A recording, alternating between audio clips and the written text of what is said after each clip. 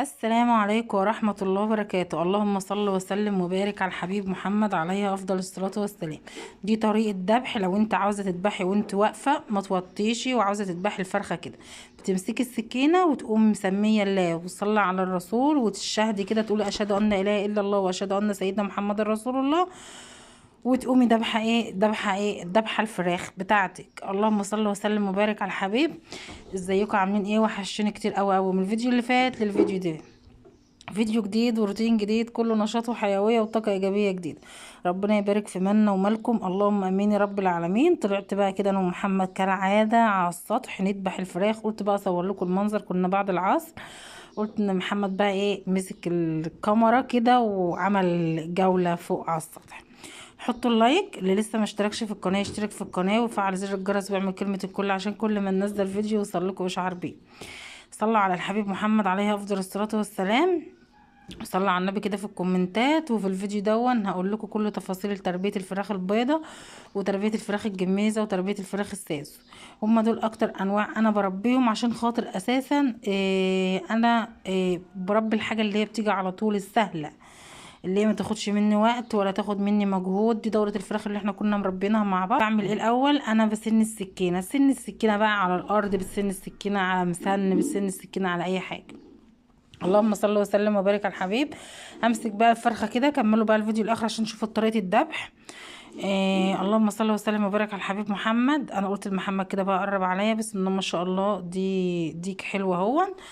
انا بنقي الفراخ الكبيره بذبحها. بتمسكي بقى الفرخه كده وتقولي اشهد ان لا اله الا الله واشهد ان سيدنا محمد رسول الله، وتقومي ذبحه ذبحه الفرخه. الناس اللي مستحرمه ان الستات تذبح، حد برضه كتب لي في الكومنتات في الفيديو بتاع امبارح قال لي الازهر ما حرمش الستات اللي هي تذبح. يعني الحمد لله احنا عندنا في مصر مش حرام. وانت قلتوا لي اخلعي الشبشب، عزكم الله، وانت بتذبحي عشان دي نعمه ربنا. عملتوا زي ما انتوا قلتوا وذبحت. دي الطريقه السهله ليا اللي انا اللي انا بذبح بيها. بذبح الفرخه بسم الله وصلي على الرسول والشهد الشهادات، واقوم ذبحه على طول كده بقى. بسخن الميه كالعاده زي الفيديو اللي فات. انا طبعا بذبح فوق على السطح عشان خاطر الغاز، وعشان خاطر اللهم صل وسلم وبارك على الحبيب، وعشان خاطر الدنيا ما تتبهدلش وكده. شوفوا ايمان قاعده سرحانه ازاي والله العظيم المنظر ياخد العقل. جميل جدا جدا. ادعوا لي يا بنات بتيسير الحال، ان ربنا ييسر حالنا كده ويوسع علينا ويبقى لنا بيت، وربنا يرضينا ويكرمنا ان شاء الله باذن الله. اللهم صل وسلم وبارك على الحبيب محمد. جبت بقى كده الميه كانت سخنه، زودتها بشويه ميه، وسمي الله بردك كده. طول ما انت بتعملي الحاجه سمي الله. يعني الواد محمد بيصور الارض مش عارفه ليه. المهم طول ما انت بتعملي خيرك وخير عيالك، اذكري الله وسمي الله وانت بتعملي الحاجه، ربنا هيزيد الحاجه فيها بركه. اللهم صل وسلم وبارك على الحبيب محمد عليه افضل الصلاه والسلام. صلوا على النبي كده يا بنات في الكومنتات. اخواتي وامهاتي وحبايبي خارج مصر وداخل مصر، يشهد الله ان انا بحبكم في الله. انا كنت هقعد بقى على المصطبه اللي فوق دي، لقيت ان الدخان طالع عليا ومش شايفه الصراحه اللي انا اللي انا اعمل حاجه. قمت واخده الحاجه كده الناحيه التانية وقاعده الناحيه التانية اللهم صل وسلم وبارك على الحبيب محمد. وقمت عاملاه. الفيديو ده هينزل لكم على مرتين يا بنات، عشان خاطر الفيديو طويل جدا، وعشان تشوفوا بردك من الفراخ اللي انا عملتها. عملت منها بانيه، وعملت منها شاورما، وعملت منها ستريبس، وعملت منها كنتاكي ودبابيس. بصوا يعني عملت شوية حاجات حلوة كده في دورة الفراخ بتاعتنا دي. هي ربنا رضاني فيها الحمد لله. اقول لكم بقى على اللي احنا نربي بديل الفراخ الوزارة لو انتي مش حابة تربية فراخ الوزارة دلوقتي، لان الكتكوت يتراوح سعره من 44 جنيه لغاية 52 جنيه. بس السعر اكتر سعر متراوح سعره في المنطقة اللي انا فيها حاليا، من المكان اللي انا بجيب منه، ب47 جنيه. انا دلوقتي مش هجازف وراح اجيب كتكوت ب47 جنيه. يطلع منه نافق. لما اجي مثلا لو عاوزه اصرف نفسي بفرختين ولا حاجه، يبقى سعر الفراخ ساعتها بعد 40 يوم تبقى قليله. اما دلوقتي سعر الكيلو الفراخ يتراوح سعره من 90 ل95. انا ما سالتش الصراحه سعره بكام. ممكن تكون دلوقتي سعره 47 جنيه حاليا. ده كان امبارح السبت. امبارح السبت كان سعره 47 جنيه. تعالى اقولك بقى ممكن تربي ايه تاني غير الفراخ الوزارة. اقولك تربي ايه تاني غير فراخ الوزارة. ممكن تربي غير فراخ الوزارة. اللهم صل وسلم وبارك على الحبيب محمد. ويا محمد وبيت ايمك وبتخانقوا مع بعض. اللهم بارك اللهم بارك. بسم الله ما شاء الله. ذبحت كمية الفراخ اللي انا عاوزة اذبحها، والباقي سبتهم لما يكبروا اقوم ذبحها. ربنا يبارك لي في مالي وفي مالكم، وده رزق ولادي. ربنا يرزقني برزقهم ويعين ابوهم ويعيني عليهم. اللهم صل وسلم وبارك على الحبيب محمد. مفيش حاجه يا بنات، ما تفكروش ان في حاجه بتيجي بالسهل. ما تفكروش ان انا بعمل كده وخلاص. انا بعمل كده فعلا عشان خاطر القناه، وعشان خاطر ان انا اساعد جوزي واوسع رزقي ورزق عيالي. ربنا يا رب يرزقنا من حيث لا نعلم ويفتح لنا الابواب المغلقه. انا والله العظيم كنت لسه بتكلم انا ومحمد امبارح، هو بيقول لي انا نفسي في حياتي، نفسي امنيه حياتي ان انا يبقى ليا بيت. حكم النفس عن نفس وحشه يا بنات، وبالتاكيد انتوا فاهمين. فتعالوا نرجع لمرجوعنا. ادعموني ادعموني ادعموني، وقفوا جنبي. مش هتخسروا حاجه مش هتتعبوا كتير لو انتم ما تخططوش الاعلانات، ولو انتم حطيتوا اللايك وعليتوا المشاهدات شويه. والله العظيم ربنا يا رب يجعله في ميزان حسناتكم. محتاجه دعمكم ووقفتكم جنبي. تعالوا نرجع لمرجوعنا بقى. ايه البديل يا دعاء لتربيه الفراخ الوزاره؟ تربيه الفراخ الوزاره البديل بتاعها الجميزه والساسو اللي هو درجة أولى. مش عارفة اسمه ساسو ايه كده، بس أنا نسيت. ساسو درجة أولى. في نوعين اتنين من فراخ الساسو. في نوع بيجي اللهم صل وسلم وبارك على الحبيب محمد على 90 يوم، يعني 3 أشهر. وفي نوع من الساسو اللي هو الدرجة الأولى اللي أنا كنت جايبة منه في كتكوتين 2 تجربة على 60 يوم. بسم الله ما شاء الله بسم الله ما شاء الله اللهم بارك. زي ما انتوا كنتوا شفتوا في الفيديو اللي فات وزنهم عامل ازاي. والفراخ الجميزة، في فراخ جميزة بيور نظيفة، وفي فراخ جميزة درجة تانية. فانتي تحاولي في الايام دي تجيبي من مكتب موثوق منه وتجيبي الدرجة الاولى. في كلتا الحالتين الفراخ الجميزة لو وصلت سعرها مش هتوصل سعر فراخ الوزارة، وطعمها كويس وحلو وبتشيل لحم، وممكن تعملي منها كفتة، وممكن تعملي منها بانيه، وممكن تعملي منها كل حاجة. وبتشيل اوزان حلوه لو انت اكلتها وجايباهم نضاف وكويسين، هتشيل اوزان حلوه. ولو انت اكلتها ورعتها كويس هتشيل بردك معاك اوزان حلوه. فدلوقتي حاليا لو انت بتحبي الفيومي المشعر اللي هو الهجيني، بردك بسم الله ما شاء الله بيشيل اوزان حلوه. بردك لو انت بتحبي فكره تربيه السمان انا ما ربطوش قبل كده لان ما عنديش مكان ليه. واللي انا عارفه السمان ده تربيته جميله جدا جدا، بس هو انواع بيبيض اللهم بارك بطه فيها فيتامينات وكالسيوم وحاجات جميله جدا عن الفراخ اللي هي على البيض اللي هو التانية. بسم الله ما شاء الله. الفرخه انا بوريكم حجمها. بسم الله ما شاء الله اللهم بارك. ووزن السمانه بتيجي من كيلو وربع، كيلو ونص، كيلو الا ربع. انا مربيتش سمان بس اسمع عنه اللي هو كويس. وفي حد بردك موثوق منه بيبيع فراخ وكده قال لي تربيه السمان يتراوح وزنهم من كيلو وربع لكيلو الا ربع ونص كيلو. والسمان حلاوته ان هو بيبيض كتير، واللهم صل وسلم وبارك على الحبيب، وبتبقى حلوه. يعني لو انت اكلتيه بردك كويس بيجي معاك وبيكبر. وكل واحد كفايه ان هو ياخد نايب واحد. فهي فكره الفراخ الوزاره دلوقتي عشان هي غاليه. الفراخ اللي هي الوزاره البيضه اللي عشان انا بقول وزاره محدش عارف هو ايه، فهي غاليه دلوقتي. فاللهم صل. وما حصلش نافق خالص غير واحده بس. فالحمد لله الحمد لله الحمد لله الحمد لله. فانا من ضمن الناس لو هجيب فراخ هجيب الساسو وهجيب الجميزة الصراحة. وان شاء الله باذن الله ان شاء الله باذن الله لو جبت اي حاجة تانية بردك هعرفكم. واحنا بننزل واحدة واحدة كده مع بعض. اللهم صل وسلم وبارك على الحبيب محمد عليه افضل الصلاة والسلام. حطوا اللايك يا بنات زي ما انا قلت لكم، ساعدوني، اقفوا جنبي، اقفوا جنبي وادعموني ويكبروا القناة. ناس كتير بردك سألتني، بيجيلي كومنتات، انا ببقى فرحانة جدا جدا جدا. انا بقول لمحمد بقى صور لهم كده وصور لهم العصافير. كان في الوقت ده بقى دخلنا على المغرب، ما قدرتش اكنس السطح، ولا قدرت ان انا انزل لكم خلي البانيه والحاجات دي كلها في فيديو تاني. فناس كتير سألتني، انا عندي فراخ، جالي كومنت من اخت بتقولي انا عندي فراخ بتبيض بس بلاقي فيها نقطة دم. انا مش عارفة نقطة الدم دي بتبقى في الصفارة من جوه ولا على القشرة بتاعتها بتبقى تلاقي دم. في كلتا الحالتين البيضة كده مش وحشة، البيضة فيها كسار. لو انت سايبة ديك في وسط الفراخ يبقى كده الفراخ فيها كسار. يبقى انت لو انت الفراخ دي عندك هتنام، هتنام على بيضة، ترقد على بيض وتطلع لك كتاكيت، يبقى انت كده بسم الله ما شاء الله الكسار عندك كويس وحلو. لو هي مثلا في القشرة بتبقى مثلا بيضة مزنوقة ولا حاجة وكده، متبقاش قادرة، الفرخة تعبانة، ممكن احط لها مثلا املاح معدنية واحط لها فيتامينات وربنا يبارك في مالكم وفي مالي.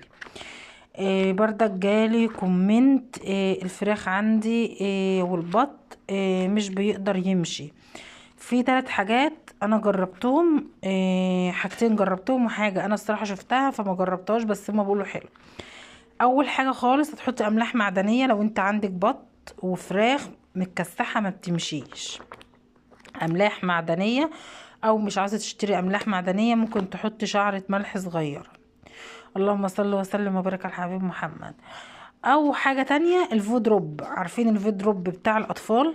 الفودروب بتاع الاطفال دون حلو للكساح جدا جدا جدا، وبينشط الفرخة وبيخلي العظمية بتاعتها رجلها وبيخلي عظمها حلو وكويس. عاوزين بردك يا دعاء نزود انتاج البيض. انتاج البيض هتزوديه بالخضار، سواء عندك جرجير، خس، كرات، بصل، توم، كل الحاجات دي بتزود الانتاج بتاع البيض. اللهم صل وسلم وبارك على الحبيب محمد. وفي حاجة تانية بردك كده ممكن تشتريها من عند الدكتور البيطري، اسمه اللهم صل وسلم وبارك على الحبيب محمد، اسمه ايه يا دعاء؟ آه فانش، بنش، اسمه بنش، على ما افتكرت اسمه بنش. هتحطيه بعدين اي نوع طيور، اي نوع طيور عندك عفوا، اي نوع طيور عندك هتحطيه فيه بسم الله ما شاء الله، سواء حمام سواء فراخ سواء اي حاجة ان شاء الله باذن الله ربنا يكرمك ويوسع رزقكم ورزقي، اللهم امين يا رب العالمين. واحنا بنعمل كل ده عشان خاطر اولادنا، وربنا يجعله حاجتنا كلها كده خير، ويبعد عني وعنكم شر الحاقدين وشر الحاسدين، ويكفيني ويكفيكم شر ولاد الحرام وشر المستخبي، اللهم امين يا رب العالمين. ورزقنا من السماء ورزقنا من الارض، اللهم امين يا رب العالمين. زي ما انا قلت لكم في اول الفيديو، الناس اللي طالبه مني طريقه الذبح على النت، على اليوتيوب، انا يا جماعه ما اعرفش اعمل طريقه. انا لما بنزل فيديو في دم وفي مش عارفه ذبيح، الفيديو بيتحظر، فانا مش عاوزه اضر القناه وانتوا كمان ما تضرونيش. اللي انتوا تطلبوه مني في الكومنتات انا برد عليكم بردك في الكومنتات، او بعمل فيديو برد عليكم. انا اقنية حياتي نفسي اعمل مشروع تربية الطيور دي، انا بحب تربية الطيور جدا جدا جدا، بس يا ربنا يرزقنا كده ويوسع رزقنا، وحاول ان انا يبقى ليا مكان مستقل بيا كده اربي فيه كل اللي انا عاوزاه. فبدعمكم ووقفتكم جنبي كل واحد هيحقق اللي هو عاوزه، بدعمكم ووقفتكم جنبي هنعمل المستحيل، بدعمكم ووقفتكم جنبي بعد ربنا طبعا سبحانه وتعالى، الفضل ربنا ثم لحضراتكم. بردك ال5000 مشترك يا ريت بقى نكملهم كده، احنا بقالنا وقت كتير قوي قوي قوي قوي، يا ريت توصلونا ل10,000 وال20,000 وال30,000 وال100,000. اتمنى من الله سبحانه وتعالى ثم من حضراتكم ان ربنا يكرمني في القناة ويرزقني عشان خاطر اولادي ويصلح حالي. الصغير ما بيفضلش طول عمره صغير، ده اللي انا اعرفه، مصروف الايام هيكبر، بس كل حاجة فعلا عاوزة بالصبر وبالاراده. والله العظيم وانا بيجيلي كومنتات كتير جدا جدا جدا بتقول لي اصبري واستحملي، وكل حاجه تيجي بالصبر وبالاراده. والقنوات فعلا كتير على اليوتيوب، بس ده رزق من الله سبحانه وتعالى، ومحدش قادر اللهم صل وسلم وبارك على الحبيب. محدش يقدر يغير المكتوب، ده مكتوب فعلا، المكتوب ما منوش مهروب. كل واحد ليه رزقه في الدنيا متعاير، سواء اولاد سواء بيت سواء عيلة سواء ظروف سواء امكانيات. كل واحد ربنا سبحانه وتعالى كاتب له امكانياته وكاتب له حياته وكاتب له كل تفاصيل حياته. اللهم صل وسلم وبارك على الحبيب محمد عليها افضل الصلاه والسلام. عشان خاطر ايمان بقى حطوا لها اللايك، وعشان خاطر محمد ايمان يعني واقفه كده بنت، يعني بصوا بنت مزه كده واقفه. شوفوا محمد عبده بص واقفه ازاي واقفه على الكرسي، بقيت خايفه عليها والله العظيم. بقيت اقول لمحمد خلي بالك من اختك، فالحمد لله ربنا عداها على خير وبسلام. محمد قال يا ماما بقى انا هصور الحته كده. بصوا ده البيت اللي احنا ساكنين قاعدين فيه، ده البيت اللي هو القديم اللي قدامنا. اللهم صل وسلم وبارك على الحبيب محمد. ده زي جنينه كده قدامنا بردك وقدام الجيران. ده بقى كده كان ساعه الغروب، كنا داخلين على المغرب، كان المغرب القرآن بتاعه بيقول. فاتمنى من الله ان الفيديو يعجبكم وينور رضاكم، وفضلا منكم ليس امرا مني. اللي لسه ما اشتركش في القناه يشترك في القناه وفعل زر الجرس ويعمل كلمه الكل، عشان كل ما ننزل فيديو يوصل لكم اشعار بيه. ربنا يديمكم نعمه في حياتي، ما تحرمش منكم ابدا ابدا ابدا ابدا ابدا. وكبروا قناه يوميات دعاء في الريف، وكبروا قناه يوميات ايمان بردك في الريف بنت الريف. انا بحبكم في الله، فانتوا كمان لو بتحبوني في الله حطوا اللايك. محمد كان بيصور ايمان بطريقه والله العظيم ما رضيت امسحها لكم ابدا يعني. محمد مش عارفه هو اصلا عامل الكاميرا زوم كده ازاي. انا اصلا انا ذات نفسي انا ما بعرفش اعمل الكاميرا كده. فربنا يا رب يهديه واشوفه حاجه حلوه في الدنيا كده. هو كان مصمم يصور لكم بيوت الجيران ولا ايه مش عارفه، يعني عنده حب استطلاع. ده الشارع بردك، ده الشارع صغير زقه كده زي ما بيقولوا، يعني زقه صغيره كده احنا قاعدين فيها دلوقتي. الحمد لله الحمد لله، ربنا يديمها عنا نعمه ويحفظها من الزوال، اللهم امين يا رب العالمين.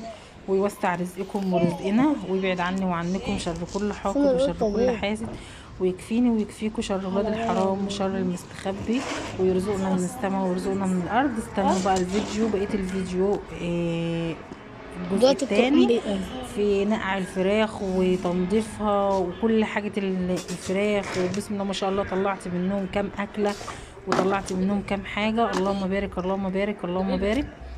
بسم الله ما شاء الله. دي الكميه بقى انا كده خلصت اهون. اشوفكم باذن الله في الفيديو الجاي على خير في رعايه الله. مع السلامه.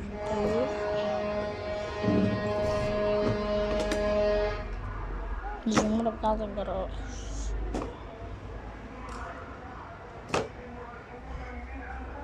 ما خلص.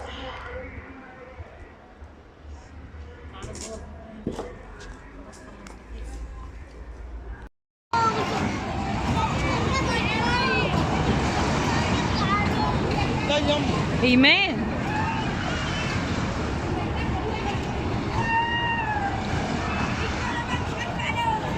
اوديك تركب هناك يا محمد.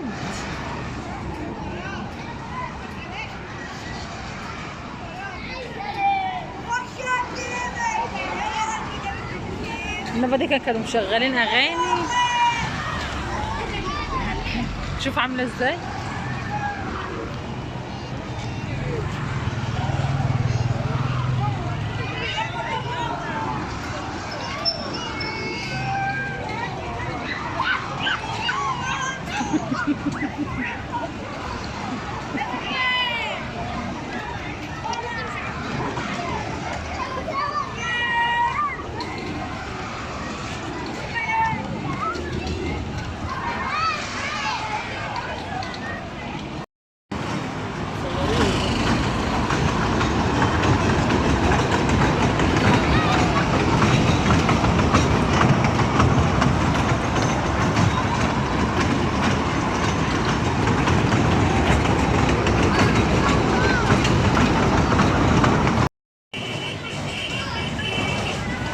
هيلف حوالين نفسه. تعالى هنا.